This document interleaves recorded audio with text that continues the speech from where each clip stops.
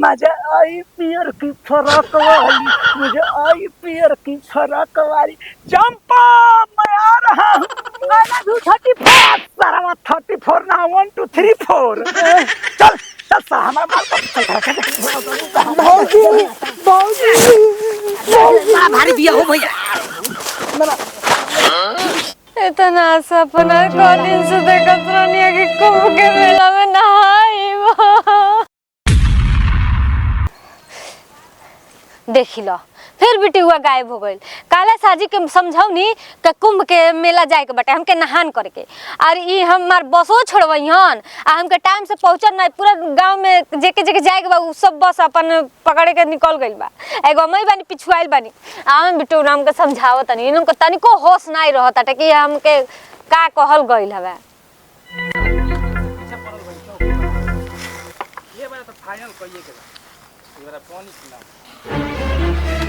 केने बानी जी हां का करतनी जातनी कुम ना है। अच्छा जा पैसा धैले में ले लू है ना। हां ले ले बानी देखा तनी चंपा के भौजी निकल गेल बड़ी। ठीक बा कपड़ा ले लू छूटल है कुछ सब कुछ ले ले बानी। ठीक बा जा आराम लेट होई जब बस लागल बिया। ठीक बा आराम से जाई हां कल हम चौकी बना दी। हां तो चौकी हमरा बना दे हब।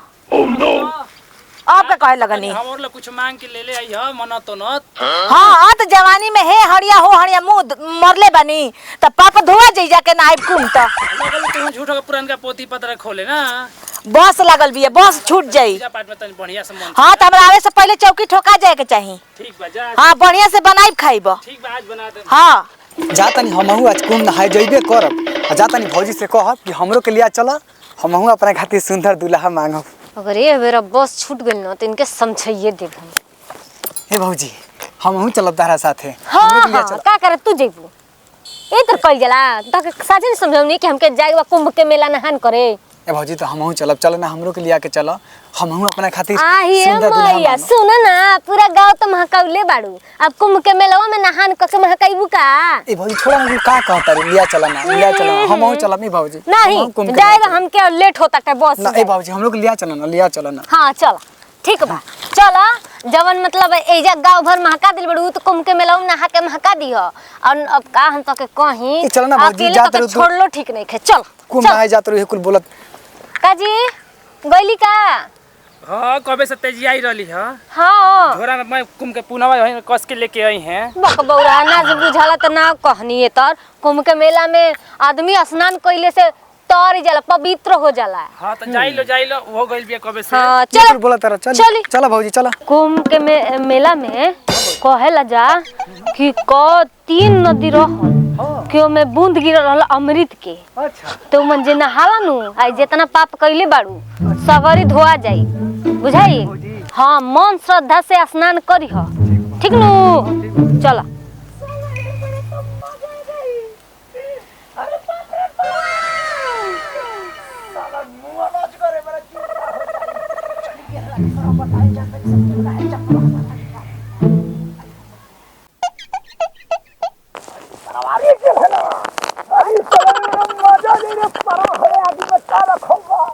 अरे हमारे चंपा जाके कुंभ नहाए रे दादा।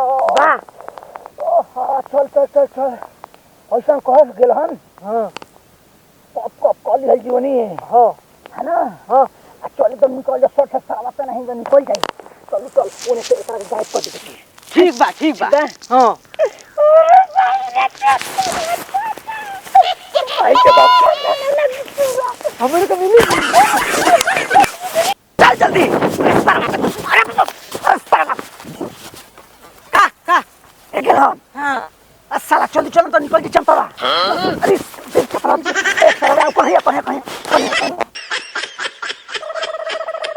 चली लेट हो खतटुआ बताओ के जने कहां बाड़ी लो।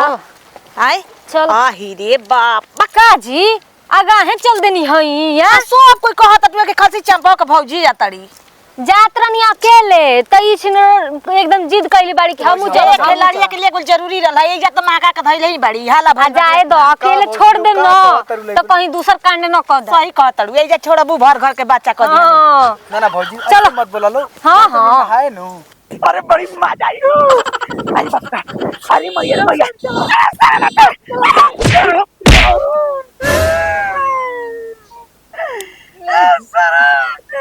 अरे बाप रे बाप रे अमर चंपा सरवते नहीं माल के चक्कर में तो फट गई अरे बाप रे बाप हमार तो बड़ी कष्ट के लागल बा ये भैया हैं हमार बड़ी कष्ट के लागल बा सरवा बोल करे चपवा हां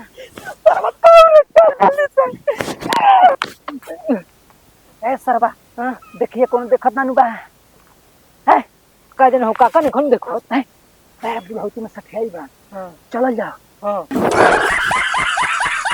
अगला हां जानतनी हाँ मूड ना बनल रहत हमार, लेकिन हमार मूड बन गई है। वहाँ के बहुत तारीफ सुनले बानी। बाबूजी हाँ तनी हमके बहुत जोर से लागल बाटे। लग गईल रहिए में जा नहीं रहरिया में चल जा। हां धरा बाबूजी ना झरा तनी हम आवत नहीं अब आ जाओ यार हरिया मत गौरी मत जाऊ। का बाबूजी हमेशा मजाक के करत रहे लो हमार बियाह हो जाई तबो ले मजाक के करत रहबलो ना कब यार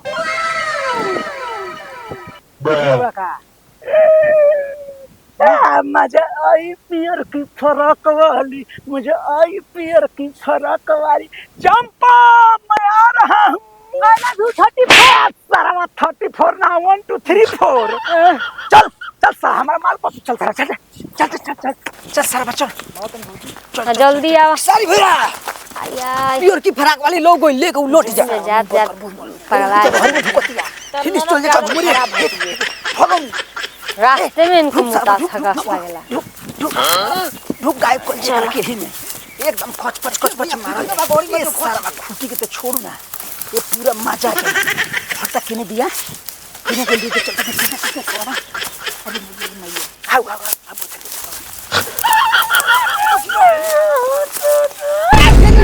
बाबूजी ये लो दूसरा बहुत कैसे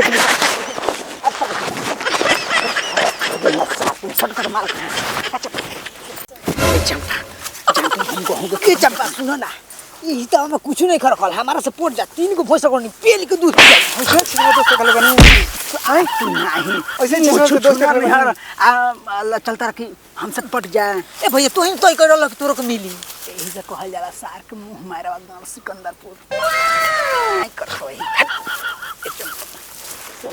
हम जब गहूं में साग खटक हम देखा नहीं कि तू आ तोहार भौज जात हो पूरा रेस में चोइनी देख दलस सारा होती बेचैनी के कम करी हुने भौजी खड़ा बारी हम जाता नहीं उना हमने के तो के जैसे हम गेल ना गायब करब जा हां भौजी ताकत नहीं हम जाता नहीं ना देरी हो जाए तो भौजी अब ढुका ढुका रुक जा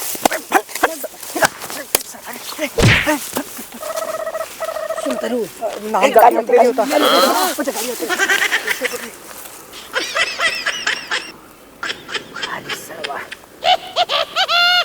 हम जाते हैं देरी होता तीन सारा रहना तीन सारा हम जाते नहीं अब देरी होता तनी मन तनी मन सुन ल बतिया ना तनी मन सुन अभी भौजी बोले फिर इजे खड़ा बाड़ी ये प्यार के जाल में लफड़ा बजावत कहनी अरे ऐसा मतलब कुछ होई ना कहाँ जाते हो कुंभ के मिलन है ना हम कहूँ में साखोट तरिया ना अच्छा तो हम देखो नहीं तो जाके गेलन से कहनी के गेलन चलो मैंने वो मैंने कहे के मतलब है कि ऐसे मत ना कि चलो चलो जाओ हम तो कहने से लेकर भाग जे बियाह कर ले ना ना हम जाते हैं भौजी खड़ा बाड़ी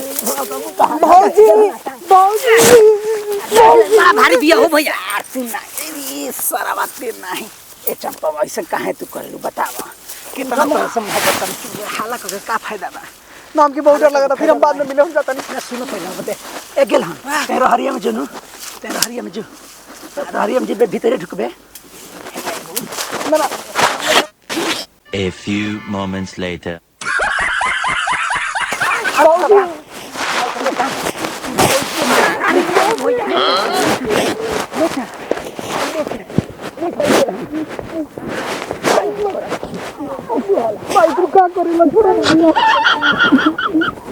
देखो तारू के तो कब से ये करे लागल जाके देख ओई पुई कबे ले तार नंदी करतड़ी बाहर और जाइन देखी ना हम 10 मन हम ले लेब ई कर रोज रोज के नाटक भइल बा हेनिए ने गोली जा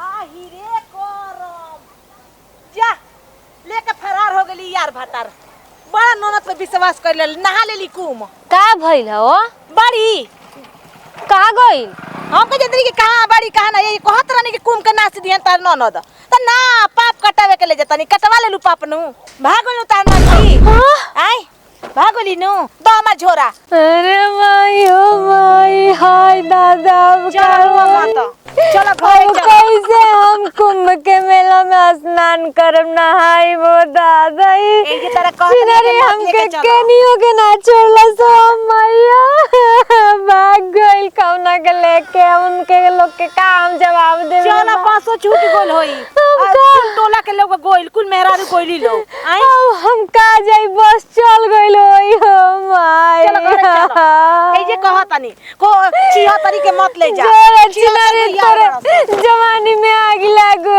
कहीं पाप कटावे के बताओ मरद ले हम कोई कहनी है कि राउल कुल अरे चिनारे जवानी में आग लग जाई ए कई बरस पे आवेला रे मैया नहाए के मौका चलो हम जुड़ा गनी कुम नहा के इतना सपना को दिन से देखत रहनी है कि कुंभ के मेला में नहाई चलो रुआ ना तो का करबू अरे जाए बटुआ लड़की के ऐसे तेजी आई रहले कह दिया कि चल मम्मू जाए मामा अरे ज्यादा ना चुपचाप अरे पूरे गांव में दसई ना कटवले भी आची ना देखत ना की का तो जाने टूट गोल ई काहे रोवत अरे बबुआ याद है रही में का चंपा के लिया के गोली है पाप कटवा तो हालो कहां रहलु आई हे करम कहत के लागल बटुए का जने कावन छी भगवान जी एक आदमी संगे ना जाए के चाहिए माने उनका पीछे पीछे लोग चलो अरे जाए दे बच्ची हमार तो जिंदगी उजड़ गइल हो दादा